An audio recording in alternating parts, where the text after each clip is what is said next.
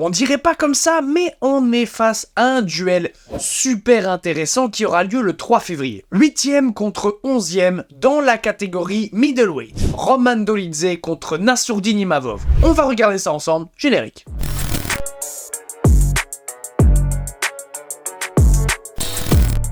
Alors, quand on regarde ce qu'on a en face de nous sur le papier, on a deux combattants avec un style polyvalent. Donc, en vrai, c'est déjà compliqué d'entrer de jeu, mais on va quand même entrer un peu plus profondément ensemble dans ce qui pourrait être un retour fracassant pour Nassourdine. Et je me pose dès le départ quelques questions que je vais te poser maintenant, qui vont guider mon raisonnement. Comment la puissance de frappe de Dolidze sera-t-elle contrée par la technique de striking d'Imavov? Quel combattant sera capable de dicter le rythme du combat et comment ça va influencer la dynamique du fight? Le combat restera-t-il principalement debout ou est-ce qu'on verra des échanges au sol compte tenu des compétences en grappling des deux combattants? Comment la polyvalence des deux combattants, donc en striking et au sol, influencera-t-elle les choix tactiques? Alors si tu as déjà une petite idée de réponse, je t'invite dès maintenant à me la donner en commentaire avant de continuer la vidéo. On a donc d'un côté Nassourdine Imavov, je pense pas trop à avoir à te le présenter, qui est un combattant très...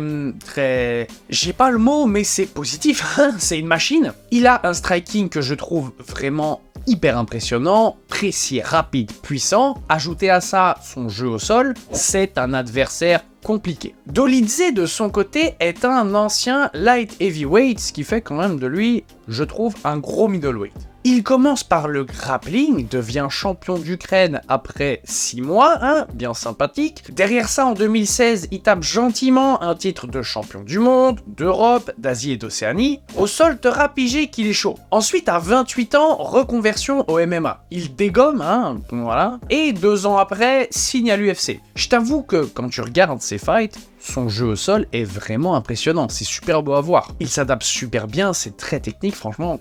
Donc en vrai, même si, attention, je ne sous-estime en rien Nassourdine, c'est une machine de guerre, je pense qu'au sol, ça peut être pas compliqué, mais risqué. Mais bon, derrière lui, il a pas non plus n'importe quelle équipe en ayant changé de team, je pense qu'il a vraiment bien choisi ses nouvelles armes. Et que, de ce que j'ai vu sur les réseaux au fil du temps, il a beaucoup travaillé sur cet aspect technique au sol. Au niveau du striking, on a un Nassourdine qui est très mobile, très rapide, très précis comme je l'ai dit, ce qui peut neutraliser cette puissance de frappe qui est en face. Alors oui, Nassour l'est aussi, y a pas de souci. Mais Roman belle golden quand même. Sauf que je trouve qu'il est moins technique, et ça, c'est une grosse force pour Imavov. On ajoute à ça la question du rythme de combat. En maintenant un rythme élevé sans trop tomber dans la bagarre, en gardant le contrôle, sans se faire surprendre, ça peut être intéressant pour Imavov. De l'autre côté, à mon avis, Dolidze aura plus tendance à adopter un style qu'on va qualifier de brut pour essayer de neutraliser justement cette mobilité qu'il y a en face, potentiellement d'aller chercher la lutte. Donc en vrai, en striking, pour moi,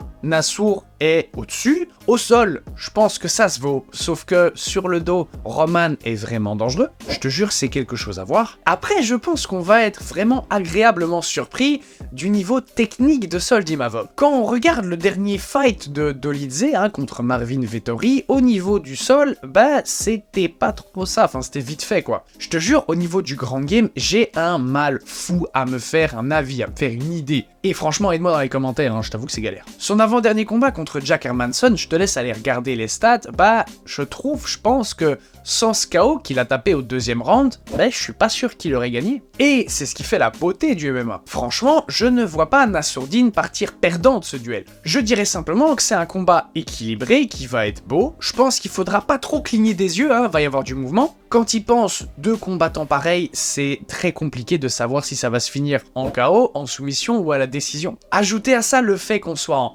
MMA et que dans cette discipline, la moindre erreur peut être fatale, même si je suis pour Nassourdine à 100%. En tout cas, je t'invite à me donner ton avis sur ce combat en commentaire, ainsi que, si t'en as déjà un, ton pronostic. Bref, comme d'habitude, ce fut un plaisir de te présenter ça. Si ça t'a plu, tu sais quoi faire. Abonne-toi, like, partage. Nous, on se retrouve dans une prochaine vidéo.